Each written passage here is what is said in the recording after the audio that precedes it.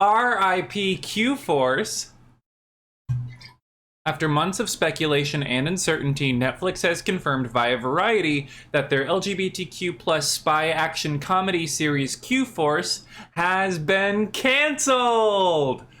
Yay! The TikTok lesbians took a big hit with First Kill, so I like to think of this announcement as Ted Sarandos balancing the scales. I wasn't too familiar with Q-Force prior to the announcement. I remember the day the first teaser dropped and the backlash that followed on Twitter. And a while back, my friend and I, under quite the influence, so to speak, watched the first episode, from which I remember absolutely nothing. This show's existed in my periphery since its debut, but once the news broke about its cancellation, I knew I had to find out for myself whether or not it truly deserved the 29% it has on Rotten Tomatoes. And spoiler alert, but yes, it does. In fact, I'd go so far as to say it should probably be even lower. The show does occasionally circle around to a level of badness that makes it fun to watch, but not often. I'm not going to spend too long on this since the show's first and only season is pretty short compared to most of its contemporaries, both in the fields of animation and adult queer comedies, so forgive me if I sort of speed through my points here. I literally wrote the first draft of the script in a fugue state after binging all 10 episodes. Part 1, writing bad. Right off the bat, I just want to say that I went into this show with every intention of liking it. However, my resolve quickly crumbled once I realized how much of this action comedy's punchlines consist of half-baked references to pop culture artifacts that haven't been relevant since the 1990s. It's like Riverdale, how characters will just spout off references to things vaguely aligned with gay culture without any sort of precision or logic behind them, so it feels like everyone's doing it all the time. This problem is compounded by the fact that half of the jokes feel like setups to Family Guy cutaway gags that just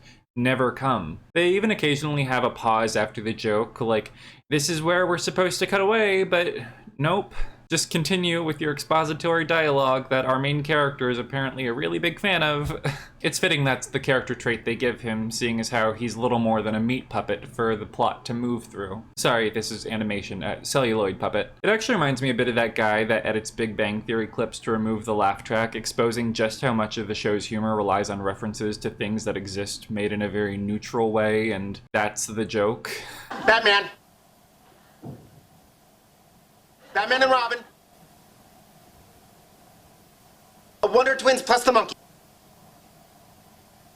Wonder Twins plus the monkey and Batman. They even name-dropped Teen Wolf in one episode, which of course sent me spiraling down into a deep depression. For more of my thoughts on that show, check out my 5-hour video on the subject that took me 10 months to make. So why is this? Why is the writing just sort of like that? Well, are any of you familiar with the podcast Las Culturistas? It's been airing on Spotify and Apple Podcasts since 2016, and I haven't listened in a while, but they've had some pretty big names on, like Jenny Slate and Michelle Yeoh. I ask because, as a former listener of the pod, I could instantly tell where this problem was coming from. Matt Rogers, who stars in the show as Twink, is well known for his brand of, honestly, like, gay millennial humor that, like the show, mostly relies on comparing everything to early 90s Geena Davis movies. Matt worked in the writer's room for the entire season and even soloed the Eurovision episode. And given that he was also billed as main cast next to EP Sean Hayes, I'd be willing to bet that he had a not inconsiderable amount of creative control over his character. The show is clearly attempting a sort of subversion of these spy movie tropes and cliches, but someone really needs to tell the writer's room that it takes more than directly depicting a cliche while lisping your way through a recitation of Mandy Moore's greatest hits to count as a clever subversion. The show was created and run by Gabe Liedman, who previously worked as a producer and staff writer on comedies such as Inside Amy Schumer and Brooklyn Nine-Nine. This show definitely falls victim to this sort of mid-2000s datedness that starts to make a lot more sense once you realize it was also produced by the guys from Parks and Rec and SNL. If I had to describe this show to someone without 20 minutes to ramble incoherently at them, I would describe it as Archer by way of Max Muchnick. This show actually reminds me of Will and Grace in a lot of ways, and not just because Just Jack has strong-armed himself into the lead role. As the cultural conversation evolves and the goals of the queer community move away from assimilation, the cruel lens of hindsight has begun to look back on Will and Grace with the opposite of fondness, let's say.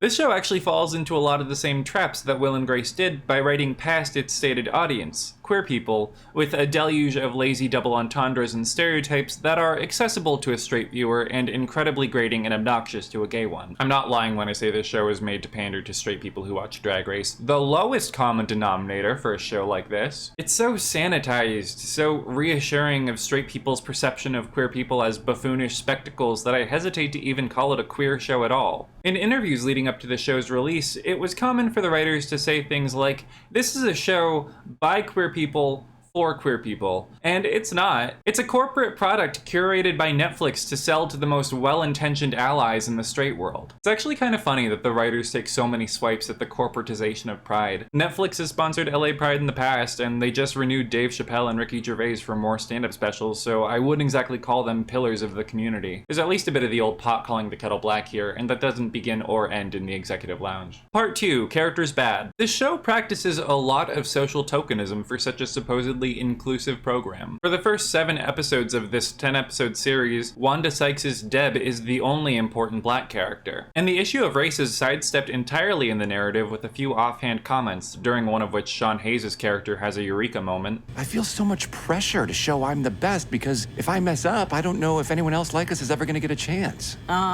Hey, why don't you try and be a black woman for 5 seconds? Oh my god, I would love to. It's not helped by the fact that once the show finally does add in another black character, she's effectively neutered in a way that none of the other characters on the show are. V's gal pal over here has also spent the last 20 years hiding out in the woods, where she's apparently lost her mind eating twigs for dinner, as if the crazy black lady wasn't already a lazy and harmful cliche with a plurality of real-world consequences. There's actually an interesting intersection here, because both of the black characters on the show are also lesbians, and they're both desexed in a way that the men, gay and straight alike, never are. Sure, Deb has her wife, but let's be honest, we all know they only have sex once a year. I could maybe be generous and say they're trying to depict lesbian bed death with these two, but there's nothing in the text that would support that. The closest thing we get to a sexual encounter between women on the show is implied cybersex between Stat and her robot girlfriend. I wonder what the difference between her and Deb and Karen is. They even gal pals Karen and V's relationship, as if it wasn't obvious enough that this show's intended audience is straight women and their boyfriends. There's also an uncomfortable amount of fat phobia in the pilot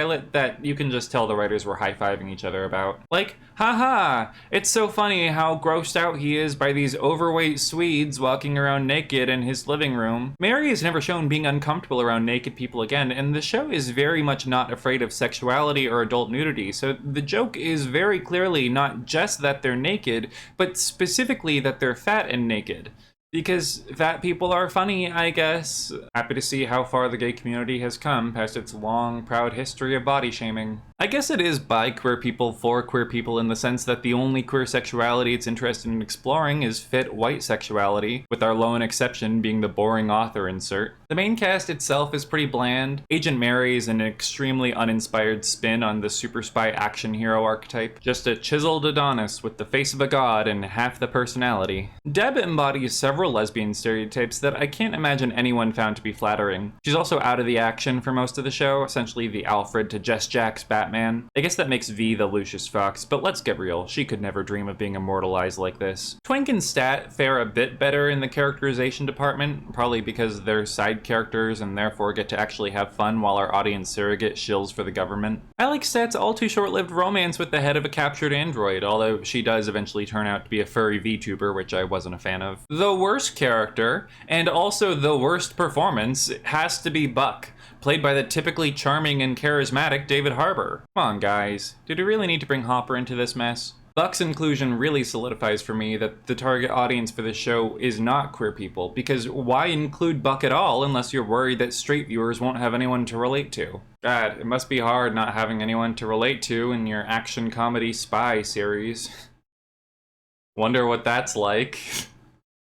His scenes are especially bad since he's played by David Harbour, who is not a great voice actor. I actually have written in the notes that I took while binging this show that we need to start hiring voice actors for these shows again, because when you're used to full body acting and so much of your performance rests in the subtleties of your facial expressions and body language, you're gonna have a tough time translating that to a role in a cartoon made for people who are just so into voguing right now. Buck's inclusion is particularly telling for me, given that the other straight man, a demographic that now takes up roughly 30% of our queer show's main cast is so cartoonish and over the top in his homophobia that no straight person watching could ever see themselves reflected in him. And I say this as a lefty, this neoliberal caricature of bigotry and social issues needs to die. It wouldn't surprise me if the writing team was just sort of goofing off and didn't really think through the implications of the material they were working with when trying to craft a cohesive and engaging narrative. Elements and story beats that would on their own make for an interesting multi-episode arc are introduced and resolved constantly. Deb's wife is kidnapped? Let's go to Eurovision and rescue her. V's memory has been wiped? Let's give her a back massage and find out who did it. Stat's having a robo-romance? Let's have her sacrifice herself to save the worst character on the show, thereby rendering our only trans character in a show about queer people celibate. This show is the narrative equivalent of living paycheck to paycheck. There are no stakes because you know everything's going to be resolved within a 20-minute period, which is weird since Netflix dumped the whole season all at once, meaning it was very much intended to be binged all in one sitting. The absolute nadir of this breeze past the important shit approach to storytelling is in the second half of the show when Twink, disguised as the girl Buck has the hots for, takes him on a date and kisses him on the lips. You know, like sexual assault. And the show never once circles back to this, not even once Buck realizes that Twink was the one he went out with, not this white girl that is written to be iconic and standable, but just comes across like one of those women who has her bachelorette party at a drag bar and tries to upstage the performers.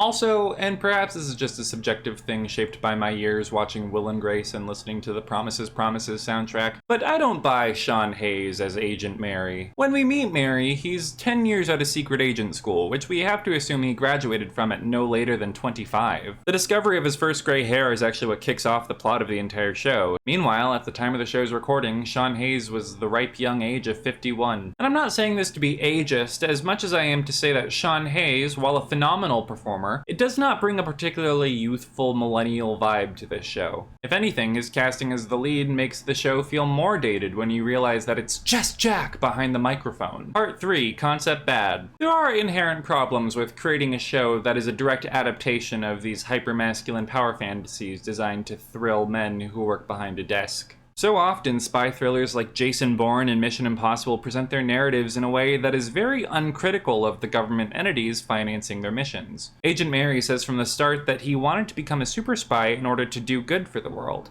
a sentiment that he echoes in one form or another in basically every episode. So when the team's foreign engagement amounts to little more than stopping arms deals in Eurovision and overthrowing a corrupt dictator in a fictional Romanian city-state, I start to side-eye the show a bit. While the AIA is presented as a morally dubious government agency, the show takes for granted the idea that you, the viewer, are generally on the side of the American imperial machine. It's frustrating watching as the show fumbles to decide whether or not it would be a good thing to overthrow a fictional government entity that's experimenting with vague conversion therapy drugs, and the bland lip service paid to the idea that the CIA has done plenty of other shady things is, again, very unchallenging to liberal audiences who go through life generally enjoying the status quo. What are these shady things? Well, Matt Rogers can't work them into the chorus of Lady Marmalade, so I guess we'll never know. Do you guys remember when Jabuki had his verified tick and he changed his Twitter handle and profile picture to the FBI for MLK Day and tweeted out, "Just because we killed him doesn't mean we can't miss him"? That's what this show is like in the way it handles issues of state violence. I swear, if Q-Force was real, they'd be launching a Twitter campaign calling on the Israeli government to show their pride by dropping rainbow-colored napalm onto Gaza and making all their imperialist soldiers take part in diversity training. This fucking show is the absolute apotheosis of an uncritical, unthinking, neoliberal culture that values the aesthetic of inclusion and assimilation over actual social justice and direct action. I'm not going to go so far as to call it propaganda because I honestly don't think the show's smart enough to even qualify as that. Rather, it's just a lazy, cheap, cliche story held together by celebrity charisma and scotch tape. Wanda Sykes? Love her. High quality animation with lots of beautiful lens flares? Fantastic. But when you take a step back and look at the show as a whole, it's just a bit shit, isn't it? And on a platform where queer shows are consistently canceled in favor of pouring more and more resources into goddamn fucking Stranger Things, this is the one Netflix original where I can honestly say that nothing is lost and everything is gained from pulling the plug before anyone but me actually starts to pay attention to it.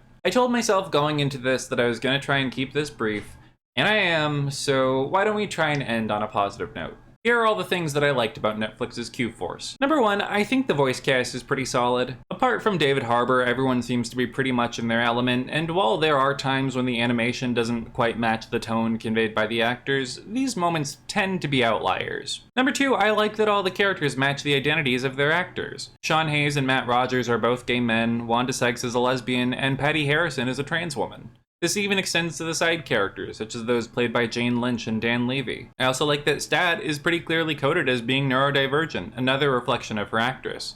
And she's never the victim of any transphobia, which is sadly pretty remarkable in today's television landscape. I think the only other show that's included trans women as key players without them falling victim to transphobic violence is Euphoria, although we'll have to wait and see if Sam Levinson decides to double back on that in season 3. 2024 can't come soon enough. Number 3, there are a couple of jokes that I liked. I like that Twink keeps running into guys named Mike at World Pride, a nice nod to the homogeneity of that particular subgenre of gay men. Twink actually has most of the jokes that I liked. The only other one I can think of at the moment is the joke about calling tropical storms iconic. Very true. Love that one. Hurricane Sandy, a legend. Number 4, I actually really like the way that Twink's role on the team plays into his career as a drag queen. It's a very clever adaptation of the Master of Disguise archetype, probably the only example of the writers doing so successfully while still making it feel natural for the character. Matt Rogers gave an interview where he talked about depicting code switching as a superpower, which I honestly don't really know how to feel about. I don't know, I just don't think depicting a survival skill as a net good for the team is a good message to send to queer people. Then again, this show is not actually targeted at queer people, so what do I know? Number 5, I like that the bad guys in the first few episodes are Kazakh, mostly because it reminded me of Borat.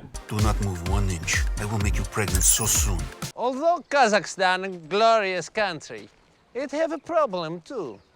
Economic, social, and Sodomites. Okay, that's it. There are a couple of stray observations I made while watching that don't really fit into the things I liked category, more like things I felt neutral about or potentially even disliked but couldn't fit into the structure of the video, so I'm talking about them here. The show makes 2 separate jokes about Quibi, which I have to assume were written by Matt, who hosted a game show on Quibi back when it was still active. I actually met Matt at an event a few years ago where he talked about his experiences working on the show, and we got to talk a bit about the time that he pitched it, so I have to assume that these jokes, delivered entirely by Dan Levy, were salt about his show getting axed after the app crashed and burned. I also have a couple of pedantic nerd things. The second episode's primary tension is resolved when V is able to pass as a car lesbian by reciting Marissa Tomei's testimony from the climax of My Cousin Vinny, inadvertently saving the American government from a complete meltdown of its military servers. I really don't feel like explaining the circumstances here because it's honestly kind of boring, but what's important here to me is that she gets the monologue wrong. She correctly identifies the question relating to the alleged 1955 Chevrolet Bel Air with a 327 cubic inch engine and a 4-barrel carburetor as a bullshit question.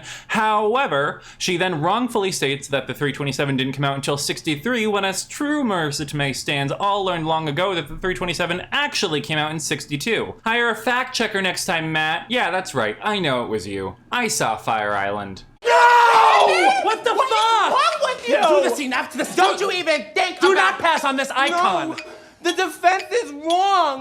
No, the defense is wrong. No. No. The defense is wrong. And Joe Pesci, how do you know? And she goes, I'm positive. I'm positive. Penelope Cruz? Oh, my biological clock is ticking like this. And the way this case is going, I ain't never getting married. The deer with the little bill, bam! The bullet hits you in Rosie the Perez? head. So yeah, that's my experience with Q-Force. I fucking hated it. It was absolutely horrible. From beginning to end, the entire experience watching it was just misery. I think the show could have had potential with a different creative team and less of an emphasis on hacky pop culture references that really start to grate on you after a while. However, the show's foundation was cracked beyond repair, and I for one am not sad to see it go. The show was aiming for Archer, but it ended up closer to Family Guy. And not even like early, passably competent Family Guy. Like, we're talking like season 11 Family Guy. Like, not the worst thing that they've ever created, but like definitely not worth watching over literally anything else on Netflix. As watchably awful as Q-Force is,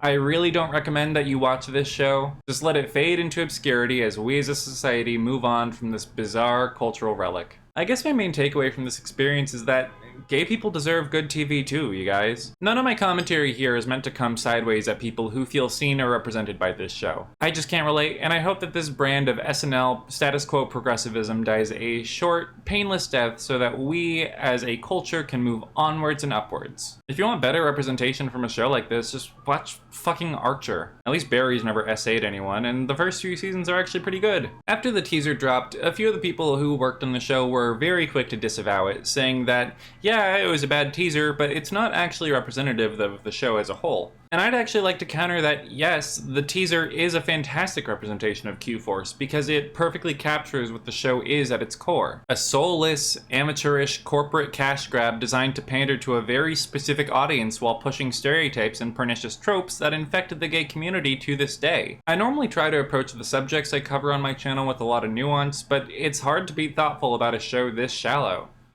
So, yeah. God. What an awful show.